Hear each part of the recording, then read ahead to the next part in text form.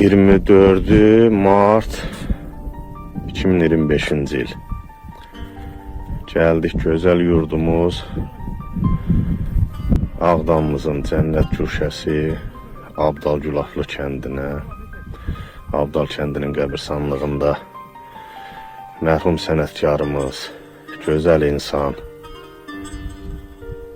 Səxavət Məmmədovu ziyarət elədik.